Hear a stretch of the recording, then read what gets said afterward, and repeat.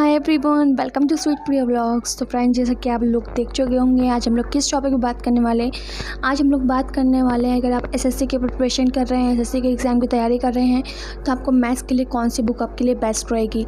ऐसे ही हमारे जब भी हम लोग एक एस्पिरेंट होते हैं, हम लोग को एसएससी के एग्ज़ाम की तैयारी स्टार्ट करते हैं और हम लोग को कुछ समझ नहीं आता है कि हम लोगों को कौन सी बुक्स पढ़नी चाहिए, कौन सी बुक्स नहीं पढ़नी चाहिए। हमारे माइंड में यही कन्फ्यूज़न रहता है 1 महीने 1.5 महीने तक का कि हम लोग कौन सी बुक लें और कौन सी बुक नहीं लें। उसके बाद भी हम यूट्यूब की कई वीडियोस देखते हैं, कई सारे चैनल्स देखते हैं, टॉपर्स के लिस्ट देखते हैं, तब हम लोग जाके कोई भी बुक्स उठा लाते हैं। पर लाने के बाद भी हम लोग को उसकी लैंग्वेज समझ नहीं आती है, फिर वो बुक्स ऐसी रखी जाती है, फिर हम लोग एक और बुक लेके आते हैं। ऐसे करके हमारे पास एक ही सब्जेक्ट के कम से कम 4 से 5 बुक्स हो जाती हैं। फिर उसके बाद हमारे दिमाग में बुक के लिए कन्फ्यूज़न रहता है कि अब हम लोग मैथ्स की ये वाली बुक पढ़ें या फिर ये वाली बुक पढ़ें। ऐसे करके ना आप एक बुक पढ़ पाते हैं ना दूसरी बुक, यानी कि कोई भी बुक आप नहीं पढ़ पाते हैं। तो इसलिए सबसे पहला फोकस हमारे पास ये होना चाहिए कि आप जो भी मैथ्स की बुक लाएँ, सिंगल लाएँ, अपने पास मैथ्स की बुक का या फिर किसी भी अदर बुक्स का एक ही सब्जेक्ट का स्टॉक ना जमा करें। एक बुक का, एक सब्जेक्ट की एक ही बुक होनी चाहिए। अगर आप जीके पढ़ रहे हैं तो उसका एक ही बुक होना चाहिए। अगर आप मैथ्स पढ़ रहे हैं उसका एक बुक होना चाहिए। अगर आप इंग्लिश पढ़ रहे हैं उसका एक बुक होना चाहिए। आप एक ही बुक लीजिए, उससे पूरा कंप्लीट करिए, उसको फिर रिवाइज़ करिए, फिर उस कंप्लीट हो जाए फिर रिवाइज़ करिए। ऐसे ही रिवाइज़ आप उसको करते रहिए। यानी कि अगर आप जो भी बुक पढ़ रहे हैं उसका आपको एक एक पेज आप घोल के पी जाएँ। आपको इस तरीके से पढ़ना चाहिए कि आप उसका एक भी पेज से अगर आपसे कोई भी क्वेश्चन पूछ दिया जाए तो आपके मुंह पे वो रखा हो कि हाँ, इस पेज पे ये है आपके।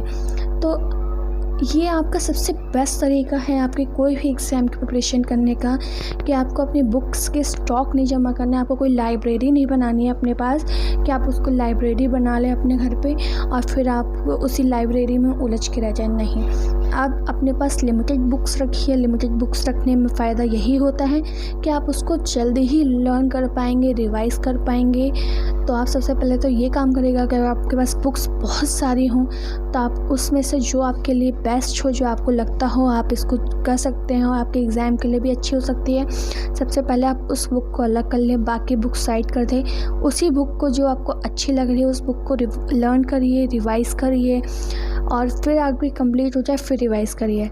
ऐसे करके आप अपनी प्रिपरेशन कर सकते हैं। तो अब हम शुरू करते हैं कि हम लोग को मैथ्स के लिए हमारी बेस्ट बुक कौन सी। देखिए, मैथ्स में तो काफ़ी आपकी बुक्स आती हैं, जैसे आपकी RS अग्रवाल हो गई आपकी, और किरण पब्लिकेशन हो गई आपकी, शारदा हो गई और राकेश यादव हो गई।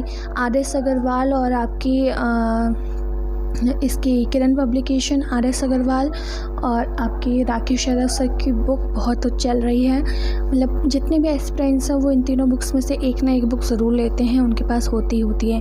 कई एस्पिरेंट्स तीनों ही बुक्स रखते हैं। सो मेरे पास भी 2 बुक्स हैं, एक RS अग्रवाल की है और एक किरण पब्लिकेशन की है।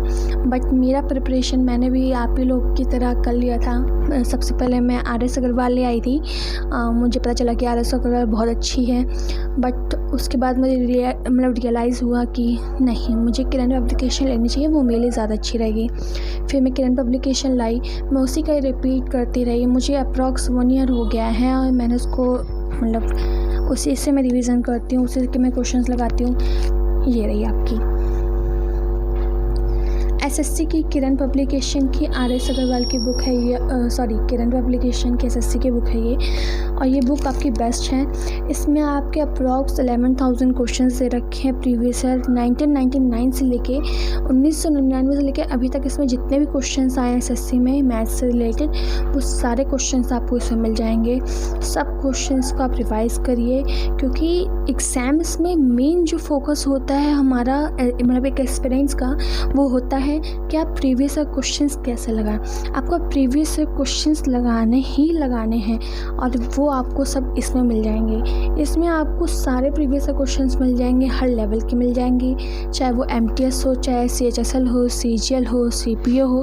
मतलब SSC से रिलेटेड जितने भी आपके एग्ज़ाम्स हुए हैं वो आपको सारे इसमें क्वेश्चन मिल जाएंगे। आपको ये बुक कंप्लीट करनी है। कंप्लीट करने के बाद दोबारा से इस बुक को रिवाइज़ करना है।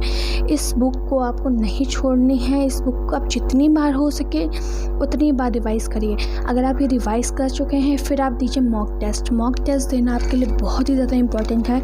मॉक टेस्ट से क्या होता है, अगर आप रिवाइज़ कर चुके हैं तो आपको ये लगता है कि आपको सब कुछ आ गया, पर अगर आप मॉक टेस्ट देंगे उसमें आपको आपकी लिमिट पता चल जाएगी कि आप कौन से लेवल पे आ रहे हैं। आपको अपना एक लेवल पता चल जाएगा कि आप मतलब मॉडरेट पे हैं या फिर हाई लेवल पे हैं। इससे क्या होगा कि आप और प्रैक्टिस करेंगे और अपने आप को ज़्यादा अच्छा बनाने की कोशिश करेंगे। मैथ्स हो या फिर कोई भी और सब्जेक्ट हो, मतलब सिर्फ मैथ्स नहीं, आपको मॉक टेस्ट ज़रूर ही देना है।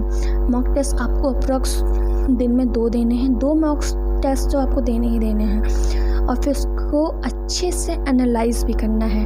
अगर आप ये सब कर लेंगे तो डेफिनेटली आपके एसएससी के एग्ज़ाम में कोई भी आपको अगर सीबीओ का 50 मार्क्स का क्वेश्चन आता है तो आपको 50 में से 50 क्वेश्चन आते हैं तो 50 में से आपको कोई भी 40 से लेके 35 से लेके 40 क्वेश्चंस तक तो आप कर ही लेंगे। नो डाउट आप कर लेंगे, क्योंकि प्रैक्टिस से ही इंसान बेहतर बनता है और आप प्रैक्टिस कर रहे हैं तो नो डाउट आपको कोई नहीं रोक सकता कि आप अपना सीपीओ या फिर सीएचएसएल या फिर सीजीएल कोई भी एग्ज़ाम क्रैक ना कर पाएँ। आपको मैथ्स के लिए सबसे अच्छे रहेगा कि आप मैथ्स के करंट पब्लिकेशन को लर्न करिए। अगर आपको इसके बाद भी लगता है कि आपने करंट पब्लिकेशन भी लगा ली, अपना मॉक टेस्ट भी दे लिया, तो आपको और सारी बुक्स चाहिए तो आप अपने जो राकेश यादव सर हैं उनकी बुक भी ले सकते हैं। वैसे उनके नोट्स भी आते हैं पर आप उनकी बुक ले लीजिए, बुक्स अच्छी हैं उनके भी प्रीवियस क्वेश्चंस उनके पास भी हैं, 7500 कुछ करके हैं, तो आप उनकी बुक भी ले सकते हैं। तो ऐसे ही करके आप जितने भी अपने एग्ज़ाम हैं वो क्लियर कर सकते हैं। तो फ्रेंड्स, ये थी हमारी आज की वीडियो, ख़त्म हुई है।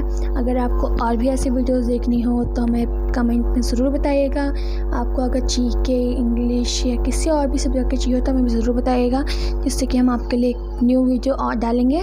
और अगर आपको वीडियो अच्छी लगे तो प्लीज़ हमारे चैनल को लाइक और सब्सक्राइब करना ना भूलिएगा और बेल आइकन दबाना ना भूलिए, जिससे कि कोई भी न्यू वीडियो आएगी तो आपको तुरंत पता चल जाएगा। तो ऐसे ही हमारी वीडियोस देखते रहिए और हमें थोड़ा सा सपोर्ट करिए। Thank you.